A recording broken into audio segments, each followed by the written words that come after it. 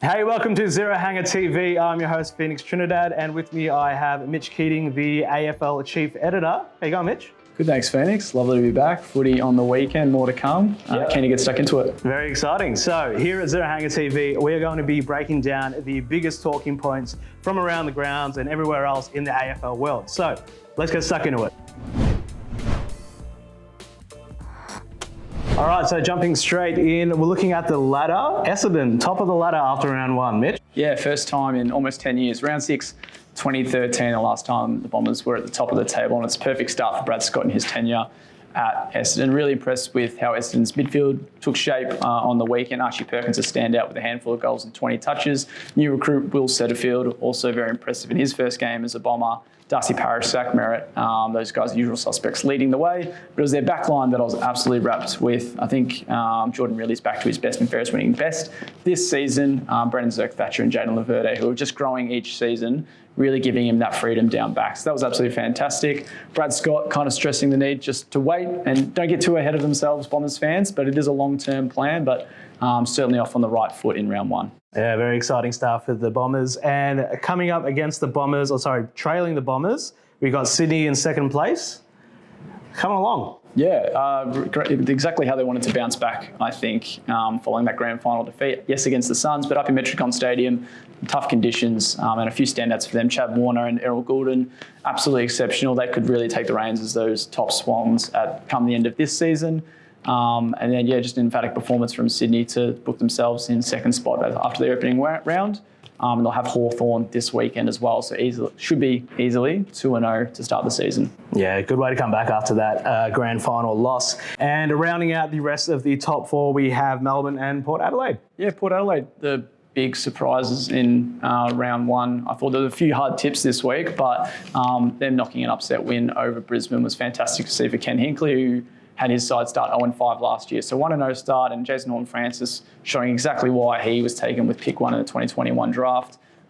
Just the perfect weekend, I think, for Port Adelaide fans.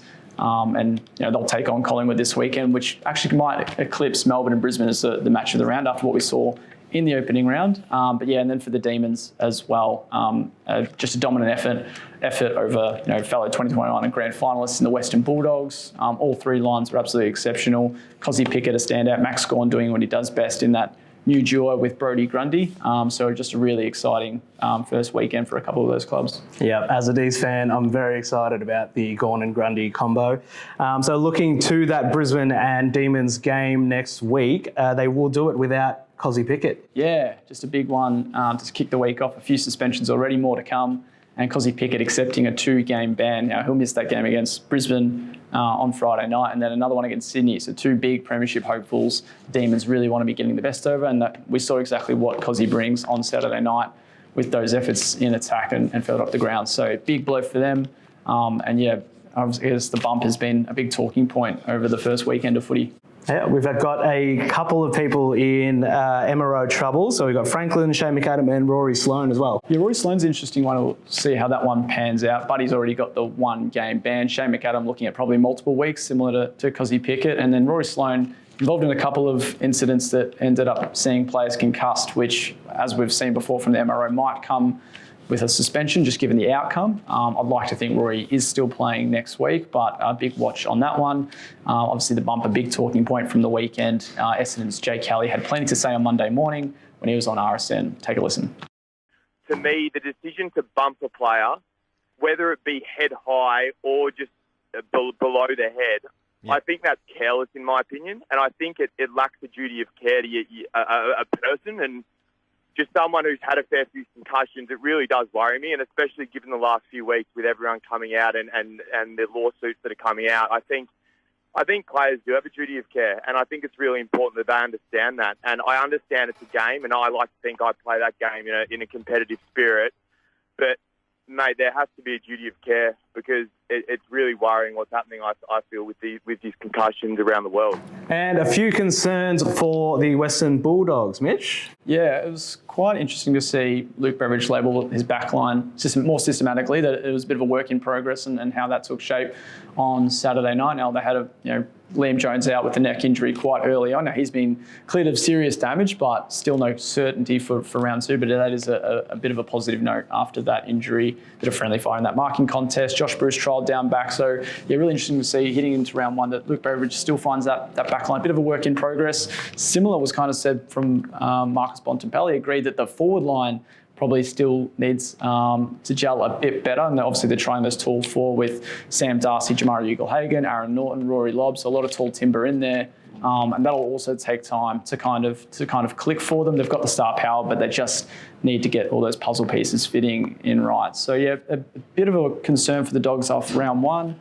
Obviously, pretty well handled by the Demons, but I think there was areas on all 3 lines for Luke Beveridge's side. The midfield, probably their forward entries probably weren't quite up to scratch. So look, it's the first weekend. They've got plenty to work with, and I think they should still be up there and thereabouts by the end of the year. But bit of a concern early on for the Western Bulldogs. Yeah, and they've got Waitman to come in still, and a couple of other pieces to fit in there. So now we're looking at the Zero Hanger rookie rankings. So we've got a clear standout from round 1. Yeah, the rankings back for 2023, and Harry Sheasel, pretty easy one to put right at the top of the tree after round 1, 34 touches on debut, the most since 1991. So a huge effort from the young Roo. North Melbourne fans absolutely rapt to see him playing in that half-back role as well. So they're trialling him a little bit there. Really interesting one. So the rookie rankings, putting up the top 6 rookies and going on season long to the last round of the season. Only players are eligible, the players that haven't played a game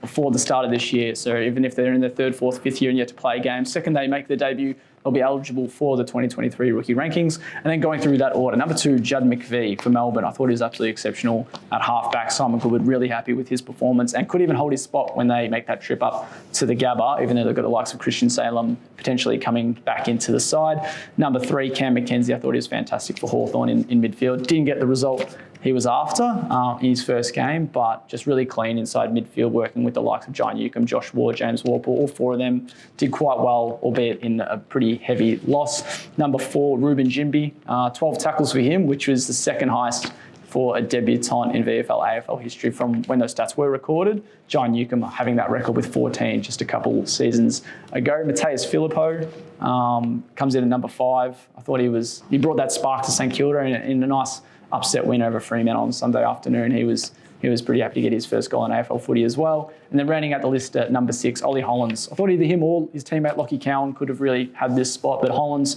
just so composed, covered the field so well. And I think that moment when he was again up against 2 Tigers in defensive 50, and managed to make it a 50-50 ball further up the field was absolutely exceptional. So Ollie Hollands rounds that out for our first week back of the rookie rankings. Yeah, good stuff. I'm pretty excited. I had Sheasel and Hollands both in my super coach this week. So it's not bad. Yeah, good stuff. All right. And lastly, we're jumping across to our MVP, Zero Hanger MVP back for 2023. Mitch, 2 standouts. Yeah, just the 2 players managed to get the perfect 20-vote game. Those being former teammates in Luke Davies-Uniacke and Jason Horne-Francis, both exceptional for their sides, offering that run, that grunt, that explosiveness in midfield. LDU in for a very big year, I think, and Jason Horne-Francis, as we talked on earlier in the show, just showing the pedigree he brings to Port Adelaide, and I think both teams can be pretty happy, albeit North seeing their old star doing it at another club. But yeah, those 2 earning perfect votes. A couple others that hold quite highly. Keziah Pickett, Max Gorm will share a fair few votes from their win over the Dogs. Stephen Cornelio, heart and soul in that midfield for GWS. I thought it was exceptional when they have the likes of Josh Kelly, Harry Perryman, Lockie Whitfield all eventually out with injury in a really gutsy win over Adelaide. Toby Green, another one. Tom Green also getting a few votes from that game. And Archie Perkins wasn't here live wire for Essendon in their win over Hawthorn. 3 goals, 20-plus touches. So those are the kind of guys that are right at the top of the leaderboard after the first weekend of our MVP voting. Good stuff. I think it's going to be an exciting year this year. So that wraps it up for Zero Hanger TV today. Don't forget, you can subscribe to us on YouTube, follow us all on our socials, and you can catch up with the latest footy news, as always, on zerohanger.com.